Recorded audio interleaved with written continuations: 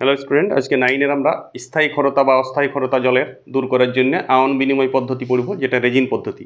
ঠিক আছে, রেজিন কি, রেজিনের সাহায্যে আমরা কী করে আয়নমুক্ত জল পাবো।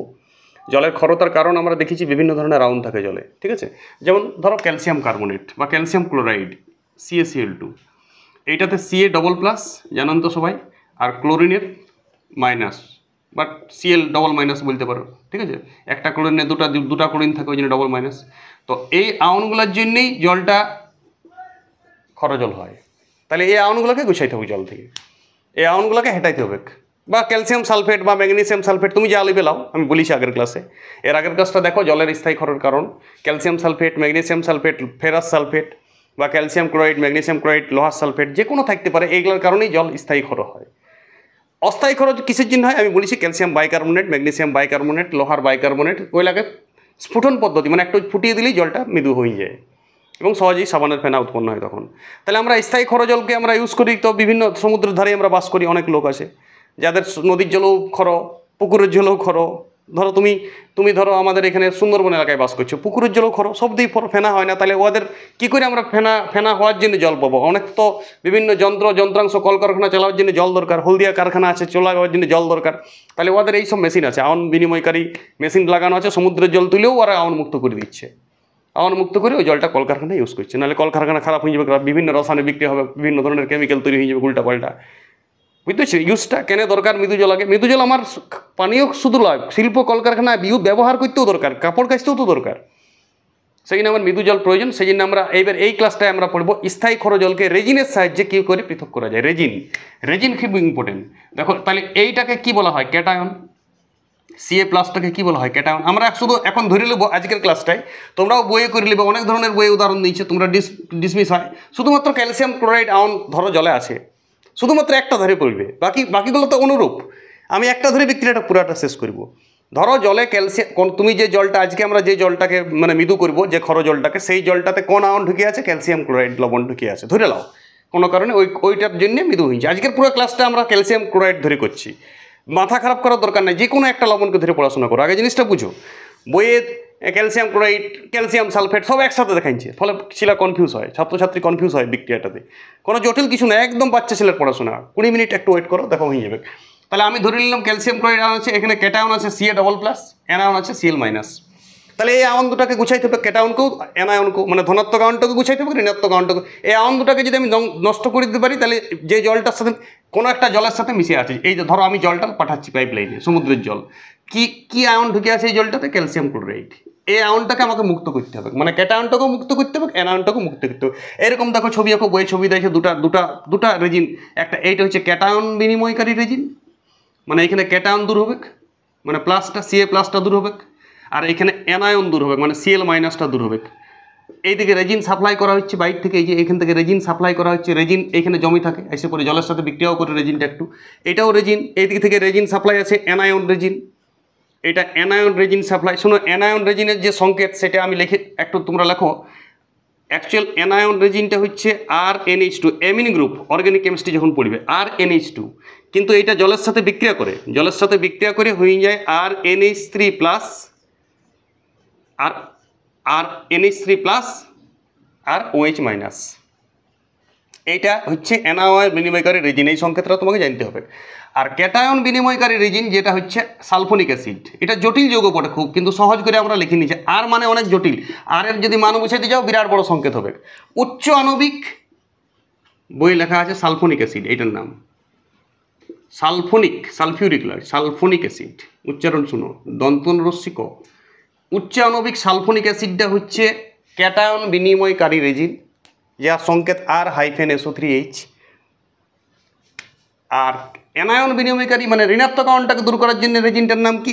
RNH3+, OH-, যেটা জলের সাথে RNH2, অ্যাকচুয়ালি RNH2 বটে, কিন্তু জলের সাথে বিক্রিয়া করে এই অবস্থায় আবার হয়। আমরা এই অবস্থা দিয়েও আর বিক্রিয়াটা করব, RNH3+, OH-। এইটা আজ থেকে তোমার হলো অ্যানায়ন বিনিময়কারী রেজিন মুখস্থ করতে হবে বা লেখে অভ্যাস করতে হবে। R-SO3H উচ্চ আণবিক সালফোনিক অ্যাসিড বটে। আর এর মান বিরাট বড় আছে, শর্টকাটে আমরা আর লেখা আছে। ভালোভাবে পড়বে। এখানেও আর এর মান বিরাট ব্যাপার, কিন্তু NH3 চিনো অ্যামোনিয়া গ্যাস বটে, আর এটা অ্যামিনমূলক অর্গানিক কেমিস্ট্রিতে আছে, প্লাস জলের সাথে বিক্রিয়া করে RNH3 প্লাস OH মাইনাস, এটা হচ্ছে অ্যানায়ন বিনিময়কারী রেজিন। এটা 2 নম্বর দিকের স্ট্যান্ডার্ড। এখানে রেজিন সাপ্লাইয়ের শুধু কেন্দ্র আছে এটা, আর আমি জল চালাইছি এখান থেকে, যে জলটাতে মানে ক্ষর জল, পুরা স্থায়ী ক্ষর একদম। ক্যালসিয়াম ক্লোরাইড আছে, যদি অস্থায়ী ক্ষর হয় তাও এটাকে পৃথক করা যায়। তো আমরা অস্থায়ী খর এত বড় মেশিন লাগাবো কি নাম খাই, রেজিনটা তো দাম আছে। অস্থায়ী খরকে আমরা ফুটাইন দিলেই মৃদু হয়ে যায়, কিন্তু এখানে দুটাতেই অস্থায়ী খর জলকেও মৃদু করা যাবে, স্থায়ী খর জলকেও মৃদু করা যাবে। তখন আমরা ক্যালসিয়াম ক্লোরাইড ঢুকে পড়ে এইখানে চলে এলো। এইখানে কি আছে RSO3H, দেখো ক্যালসিয়াম ক্লোরাইডের সাথে কী করে বিক্রিয়া হয়।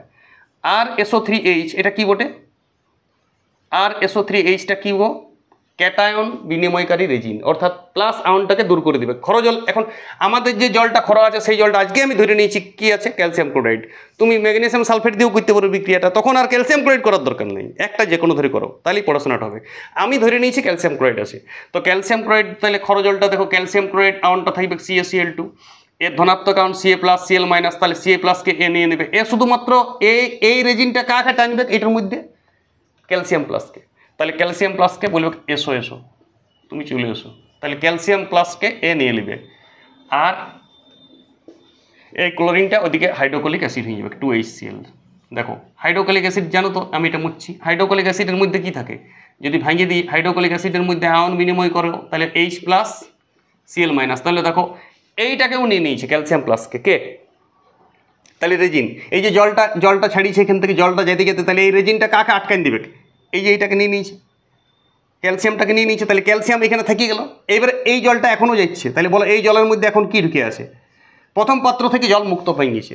তাহলে প্রথম পাত্র যে লবণটা ছিল CaCl2 তার কোনটাকে নিয়ে নিয়েছে, ক্যাটায়নটাকে নিয়ে নিয়েছে। ও ক্যাটায়ন বিনিময় করে ক্যাটায়নটাকে আটকান নিয়েছে ওই ছাকনাটাতে, ছাকনা ভাবতে পারো এটা, বুঝতে পারছো, রেজিন ওয়াকে নিয়ে নিয়েছে। এই যে বিক্রিয়াটা তুমি সম্পন্ন করবে, তুমি শুধু এই বিক্রিয়াটাই ফার্স্ট বিক্রিয়া তোমার জীবনের। তার আগে তো নাম RSO3H, ওইটা নাম, ওইটার কী নাম, উচ্চ আণবিক ফ্যাটি অ্যাসিড সালফোনিক অ্যাসিড, যেটা ক্যাটায়ন বিনিময়কারী রেজিন। ওই পাত্র থেকে প্রথম পাত্র, এটা ফার্স্ট জল সাপ্লাই এসেছি, জল সাপ্লাই এলে জলের ধনাত্মক কি, জলে কী ছিল ক্ষর ধরে নিয়েছি আমি, ক্যালসিয়াম ক্লোরাইড ছিল। তুমি একটা ধরে করো, পড়াশোনা করো, একটা যে কোনো লবণ ধরে করো, তো ক্যালসিয়াম ক্লোরাইডকে ক্যালসিয়াম প্লাসকে নিয়ে নিয়েছে, বাকি HCl কিন্তু এখনও মিশে আছে। এই জলটাতে কি আছে, জল আছে প্লাস HCl, তো HCl মানে তো ঋণাত্মক আয়ন ক্লোরিন থাকছে, ঋণাত্মক আয়ন তো Cl মাইনাস এখনও যায় না, তাহলে সেইটা এবারে এইটা দ্বিতীয় পত্রে যাবে। দেখো এবারে দ্বিতীয় পত্রে কী রেজিন আছে আমি বলেছি, আমার দ্বিতীয় পত্র আছে RNH3 প্লাস OH মাইনাস, যেটা অ্যাকচুয়াল RNH2। যদি বলো রেজিনটার নাম কি, তুমি বলবে RNH2, যেটা অ্যামিন, উচ্চ আণবিক অ্যামিন। কী নাম ইয়ার, অ্যানায়ন বিনিময়কারী রেজিনটার নাম কি গো, উচ্চ আণবিক অ্যামিন, যার সংকেত হচ্ছে RNH2। কিন্তু এটা জলের সাথে বিক্রিয়া করে হয়ে যায় RNH3 প্লাস OH মাইনাস। আমরা এইটা নিয়ে Cl এর সাথে HCl বিক্রিয়া করাবো। বলো এখন অ্যানায়ন বিনিময়কারী মানে Cl মাইনাসটা কোথায় ঢুকে আছে, HCl, তাহলে HClটাকে গুছাইতে হবে। এই বিক্রিয়াটা নিশ্চয়ই টুকা হয়ে গেছে, আমি এটা মুছবো। চলো এখন তাহলে এইটা, আচ্ছা এখানেই করবো, তাহলে একসাথে লিখলে বিক্রিয়াটা বোঝা যাবে পুরোটা। চলো এবার দ্বিতীয় পাত্রে চলে গেছে কে, HCl, তাহলে RNH3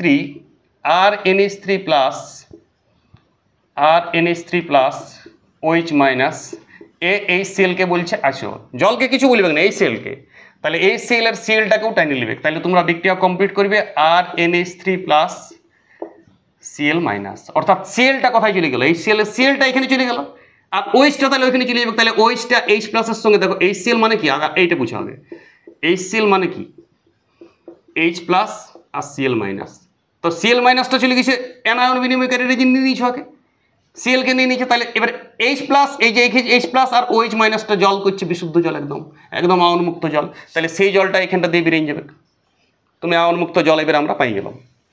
শুনো এবারে তোমার এই যে মেশিনটা এটা ফিট করাই থাকে এই প্রথম পাত্র দ্বিতীয় পাত্র, তাহলে বলো রেজিনটাতে কি হয়ে গেল, দেখো এইখানে রেজিনটাতে Ca ঢুকে আছে, অরিজিনাল রেজিনটা বললো RSO3, এই রেজিনটাকে তাহলে আরও ঘুরে রেজিনের পাত তো কমিয়েছে এমনি করে একবার এক মৃদু জল পাই গেলো তুমি, ক্ষর জলটা মৃদু জল হয়ে গেল বা আয়নমুক্ত জল হয়ে গেল, আয়নযুক্ত জল ছিল আয়নমুক্ত জল হয়ে গেল এখানে। কিন্তু এই রেজিনটাকে আরও ঘুরে ইউজ করবো কী করে, ধরো আরও অন্য কোনো জল ক্ষর করবো, তখন কী করে করবো, তখন এই রেজিনটাকে আমি আরও ঘুরে সক্রিয় করতে চাই, ওইটাও বইয়ে দিয়ে আসে। তাহলে তোমাকে আরও ঘুরে যদি সক্রিয় করতে হয় তাহলে প্রথম রেজিনটা যেটা RSO3 ধনাত্মক বিনিময়কারী রেজিনকে সক্রিয় করার জন্যে RSO3CAটাকে তুমি বিক্রিয়া করাবে HCl এর সাথে। কার সাথে বিক্রিয়া করাবে গো?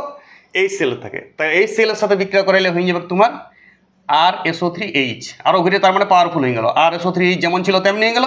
আর ক্যালসিয়াম ক্লোরাইড এগুলো সব ব্যালেন্স করার দরকার নেই, এগুলো সব 3 বারে বিক্রিয়া করবে। দেখো আরও ঘুরে RSO3 পেয়ে গেলে, তাহলে এই রেজিনটা আরও ঘুরে আমি HCl একটু যদি দিয়ে দিই বাইর থেকে, তাহলে এই রেজিনটা সক্রিয় হয়ে যায় আরও ঘুরে, মানে পরের বিক্রিয়াটা করার জন্য অন্য কোনো জল আরও মৃদু জল করা যাবে। একবার খরচ জল মৃদু জল করলে রেজিনটা কোনো একটা নষ্ট হয়, তো রেজিনটাকে আরও ঘুরে পাওয়ারফুল করে দিলে বলো এই রেজিনটাতে ক্লোরিন ঢুকে আছে, তাহলে এটা গুছাই দেবে অরিজিনাল রেজিন তো এইটা, তাহলে এই রেজিনটাতে তুমি NaOH ঢুকাই দিবে আর NH3, দেখো বিক্রিয়াটা প্লাস Cl মাইনাস। এটা শুনো, এই দুটা বিক্রিয়া পরীক্ষাটা বললে লিখবে যে কী করে ধনাত্মক রেজিনকে আরও ঘুরে সক্রিয় করা যায়, তখন এই বিক্রিয়াটা লিখবে, নাহলে তোমার আসল কাজ এই বিক্রিয়াটার এইটা। আয়নমুক্ত জল যদি বলে জলের কী করে আমি আয়ন বিনিময় পদ্ধতিতে জলকে মৃদু করব, তো ওই প্রথম দুটো বিক্রিয়াই যথেষ্ট। ধনাত্মক রেজিনের সংকেত দেখাবে, নামটা বলবে যে উচ্চ আণবিক বিশিষ্ট সালফোনিক অ্যাসিড RSO3H, ঋণাত্মক রেজিনের সংকেত হচ্ছে RNH3 প্লাস OH মাইনাস, যেটার নাম অ্যামিন, উচ্চ আণবিক অ্যামিন, জলের সাথে বিক্রিয়া করে ওই ফর্মে আসে।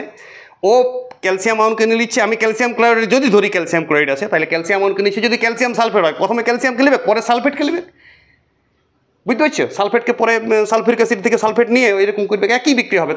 তুমি ক্যালসিয়াম ক্লোরাইড ধরেই বিক্রিয়াটা করবে, ফিক্স করে নাও তুমি যে আমি অন্য কোনো লবণ দেবো না, আমি ক্যালসিয়াম ক্লোরাইড দিয়েই করবো বিক্রিয়াটা।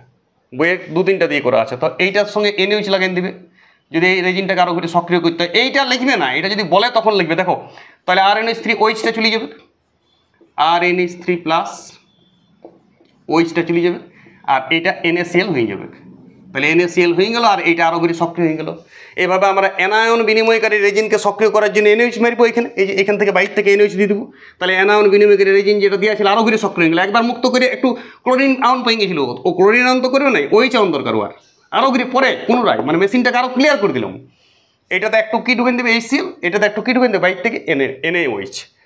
তাহলে এই অ্যানায়ন বিনিময়কারী রেজিনের জন্য বাইর থেকে একটা NaOH দিয়ে আরও করে ফিল্ড সক্রিয় করে দেবে একে, তারপর আরও জল চালাও, আরও মৃদু আরও ফিল্টার করার জন্য বাইর থেকে। এইভাবে একবার রেজিন প্রয়োগ করলেই আমি যুগ যুগ ধরে জলকে আমি এই মেশিনটার মধ্যে রেজিন ফিট করাই আছে। আর রেজিনটাকে সক্রিয় করার জন্য মাঝে মাঝে হয়তো 1 মাস পর একটু করে HCl দিয়ে দিলাম, একটু করে, পুরো যে একবার করে পরে দিতে হবে এটা ঠিক না।